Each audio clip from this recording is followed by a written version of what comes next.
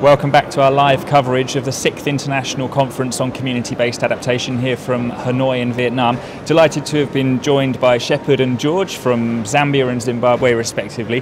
We're going to have a little bit of a discussion now about some of the impacts that we're witnessing in these countries from climate change and how the communities there are responding. So Shepard, first of all, I'd like to turn to you.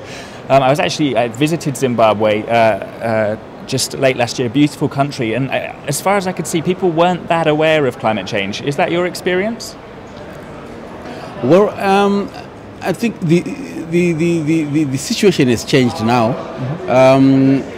Like starting from last year, there's been sort of amplified awareness of climate change to the general community, because they've really seen, the change of their harvest so far from the last season to now, and in as much as they've been hearing about the climate change impacts, now it is starting to mean something, to them, because of course, it's very difficult to convince somebody that it's climate change, because the community is always, attributed to something else. Maybe the gods are not happy, or the ancestors are not happy about certain cultural practices that are not being done properly. But now it has really changed. Most people are now aware. Most people are questioning the word climate change does not really exist in the local people's vocabulary. But if you ask them that if anything is changing, they will tell you that yes, our climate is changing, and our rainfall has shifted in terms of onset and the end of the rain season. The winters are changing. There are a number of things which they can now attribute to. So they might not be aware of the concept, but they're certainly aware of the changes on the ground. Yes, they are aware of the changes on the ground. George, is that similar in Zambia? In fact, very similar. Actually, the scientific context of climate change definitely is not in the communities. But the impacts, for example, droughts and floods, these are being experienced almost every year in and out. You have rain season, either there is little rain or there is too much of it, and we have flooding both in rural areas and in urban areas.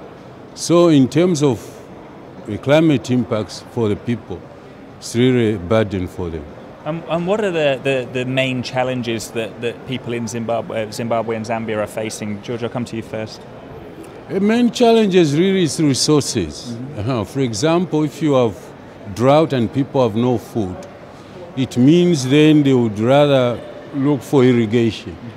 Now irrigation, definitely, where are they going to get the resources from? So you find they have to depend on food aid. And food aid usually is inadequate, and it will not cover everybody. It will only cover those who are accessible.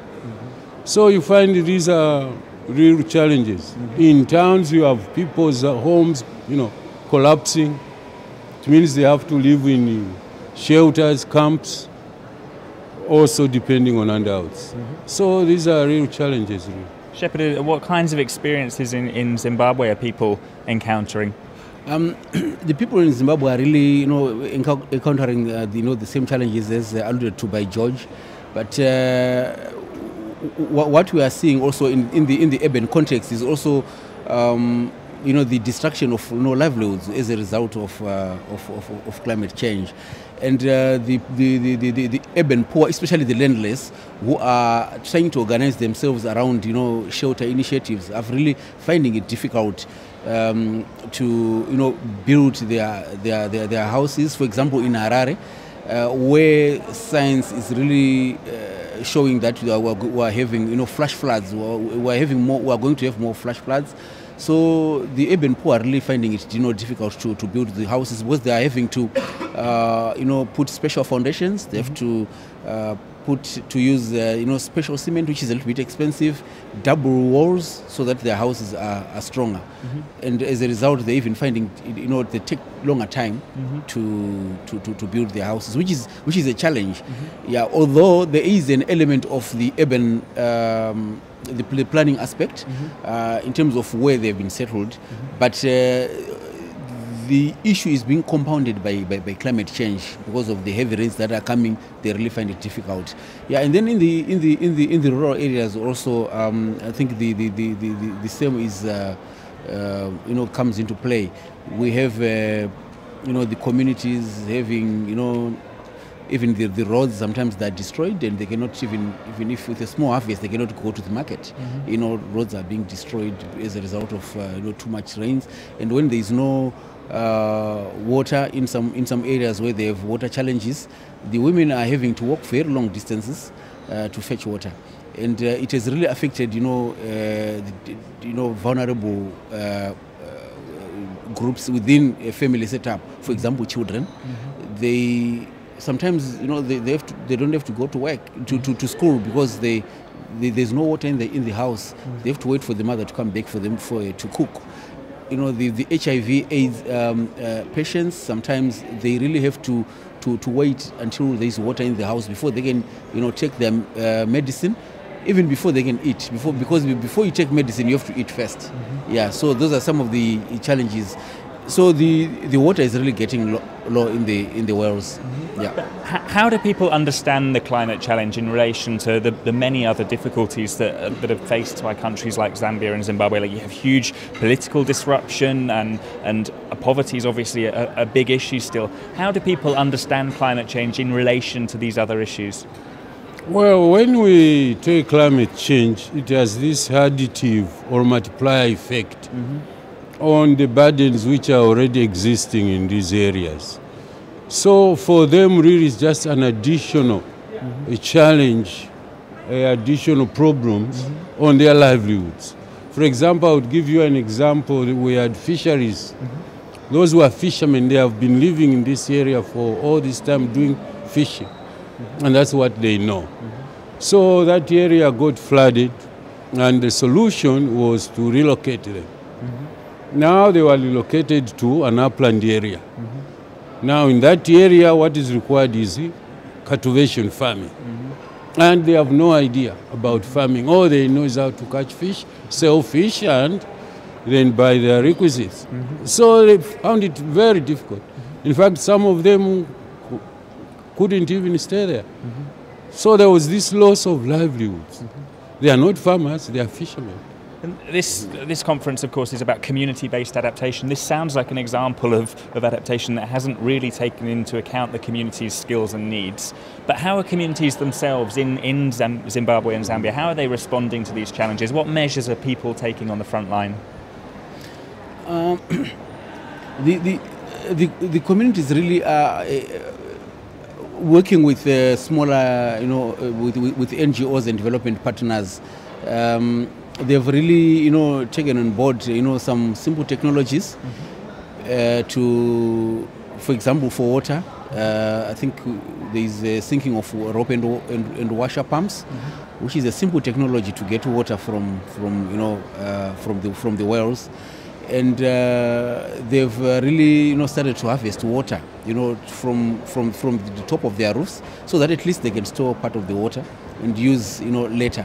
Especially if you have like heavy rains, they're just taking advantage and harvest that water, put it into tanks so that it can be used later. Yeah, and in the fields, on field, it's a matter of going back to the traditional methods, which had been shied away from, and we are talking of preparation of the fields, digging holes, getting the water straight to where the plant is. So it's a sort of a water management technique, which is very simple, which does not need any external resources. This is what communities are doing in terms of going back to those technologies. Very simple technologies, but yet very effective. And George, if I can ask you, what kinds of measures, what kinds of examples can you think of where communities are just responding to these issues straight away? First of all, I think what I can say is this is the dilemma in terms of adaptation in our communities. What we are finding is that most of the options that people are going as alternatives are short-term. I mean, selling their assets. If they keep cattle, they sell cattle. If they do what, so they really need help actually from technical experts, because really you can't think of a solution you have never seen or heard of. So there is need for experts, technocrats to go and help these people look for sustainable solutions, long-term solutions. Actually, in terms of solutions which we are seeing in our communities, we don't think they are really long-term adaptation options, and that's where the need is, to help these people come up with these solutions. I want to come to a couple of questions that have been sent in by our viewers during the day now. There was one which mentioned the issue of corruption, and he said, I'm from a country where there's a lot of corruption, and when people talk about adaptation more broadly, they often cite corruption as a potential difficulty. You transfer money to an institution in order to cope, and maybe it's, how do you know it's used in the right way? So I wanted to ask you about this at the community level. Are there problems with community-based adaptation? Do you risk maybe empowering some people and not others, and especially perhaps in a context where there might be political polarization or ethnic or gendered polarization? Are you encountering difficulties, or is it relatively straightforward? I'll put that to George first, and then we'll come to Shepard. Yeah, actually I have worked in one community. As I told you, for example, we had projects meant for the poor people, and the perception was that poor people originate projects, and these projects will definitely contribute to their well-being. But as you know, these are people who are poor, very little technical knowledge, and in terms of proposing projects, they can't. So you find that now people in town, this is supposed to be rural areas who must benefit, people in town start now proposing projects pretending they live in these villages. So such things we have seen. And poor people don't benefit. Don't benefit. And are there measures you can take to stop it, or is it? Measures, definitely. The measures which I think are now being worked out. Instead of, for example, basing such funds, for example, at central level, for example, ministries, or provincial centers, use the traditional chiefs, traditional rulers, because traditional rulers know each and every household, what capacities they have on what kind of people. So if you include these traditional rulers, I'm sure then you'll be able to reach the people. I'll pick up on that in 1 second. Shepard, are you seeing similar dynamics in Zimbabwe, or is it a slightly different situation there? Yeah, in Zimbabwe, I think we are also taking advantage of the way SGP program rolls out its money. The money goes straight to the community. The community is asked to come up with an account, but of course with the applying NGO as one of the signatories, and then you do the project together, so that the communities really know even how much money is come for their project, and they know how much money is to go to an NGO for administration, for example. So that is one way that is trying to address such challenges. But I think with NGOs we have not really experienced much challenges, because NGOs have really tried to work closely with the community, especially with CBA concept. You work together, you conceptualize the problem together, a solution together, you identify the problem together, come up with a solution as a team, and then you say this is what we have and this is what we want to do. And even if you want to involve the communities in the procurement process, you go with them. With that in mind, the communities will really appreciate that they are really part of the process. This is not a project which is being imposed on us and we don't know how much money has come to this project. So they are, the uptake really becomes positive. These are some of the ways that we've tried to use in Zimbabwe. Okay. I want to talk to you about your experience at this conference briefly. This is a conference of experts discussing community-based adaptation, but are there actually communities represented here? And there was a question in the plenary hall earlier today asking about this. But do you feel that actually communities are engaging in this process itself, and communities are represented here? George? Well, in terms of communities, definitely it's not very easy to bring, for For example, people we work with from slums or from rural areas to bring them over. I mean, for us, it's very expensive. But in terms of representation, those who have been working with these communities, I think they are here.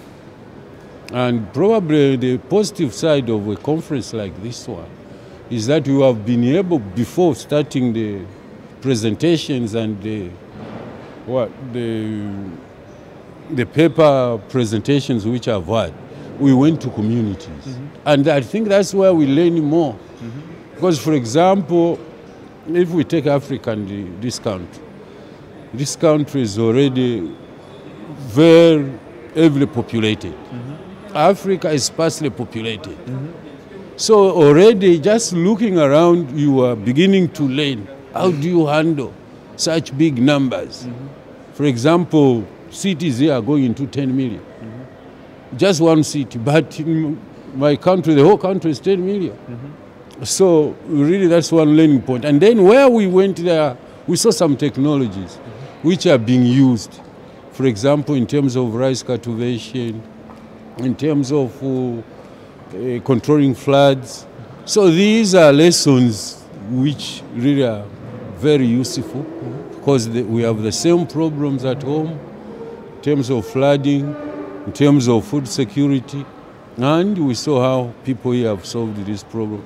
So it's quite a learning experience. Shepard, perhaps I could ask you about the field visit that you went on. What did you witness there? Yeah, we went to one field site where we really, interacted with, staff who are working for an agricultural institute. I think it's a government institute that is doing research on the varieties of, fruits, rice, and different, vegetables. One thing that I appreciated, of course, on that one is the issue of the research center being able to share the technologies and the new findings with the communities. Because they're really helping the communities to, get better varieties that would work better for that particular mountainous region, and it has really worked. But of course, the challenge is for that particular project is that we didn't really get to talk to the communities per se. We just spoke to a few leaders, but we really wanted to get in touch and get answers from the other communities who are not necessarily leaders. So it sort of became a concern to us. But the second site was a little bit exciting. It was more to do with the disaster risk management by Save the Children. And we saw children who are capacitated, who have been capacitated to deal with, disasters. And they demonstrated to us that this is what we do. And talking to some members of the Disaster Reduction Management Board, a committee member, he seemed to be aware of the issues and he seemed capacitated. And communication is there, and that was one learning point that I really feel I have to take home, so that we learn from what that particular project by Save the Children managed to do for the communities. Yeah. You talk about that take home that you're going to have there, that issue that you're going to take home. That's what I want to move on to next, actually. What are the big lessons here, or the key themes and the most exciting kind of innovations in this field that you're going to be able to take home and apply to your own work? So I'll put that to you first, Shepard. Okay. Yeah. I think the closeness of a research institute, a government-funded institute, with the community, supporting the work of the community, the activities of the community, I think that is very, very important. And we would like to see that happening. And also on the disaster one, I think the issue of motivating teachers to stay at a school, the issue of working with the whole community to be able to participate, because this disaster risk reduction is not ending with the school children only, it's also cascading to the community. So the elderly, the members of the families are actually learning from the children, and I think it's something that I really appreciated, and these are some of the things that will really take home. And George, in your case? Really, my main take home a theme from this conference is the involvement of government. Government is a distributor of resources, and the notion that government has no business in business, I think it's not helping us. So really I would appreciate, for example, if at home government could come right in the forefront to see that people who are afflicted by changes in the climate are assisted with very good plans. And number two, the adaptation options for them to be sustainable need technical input. So definitely research becomes key, because things are changing and people traditionally have been used to a certain kind of livelihood. And to change from that livelihood to another, definitely there is need for research and prove that the alternative has got benefits. So this combination of government involvement and research, academicians, I think is what I have learned to be most useful. Shepard and George, I'm conscious that I've kept you here longer than I said I would, so we'll wrap up there, but thank you so much for chatting with us, really interesting. We're going to go to a video now that we recorded earlier on today, but we'll be back with you live in Hanoi, Vietnam shortly.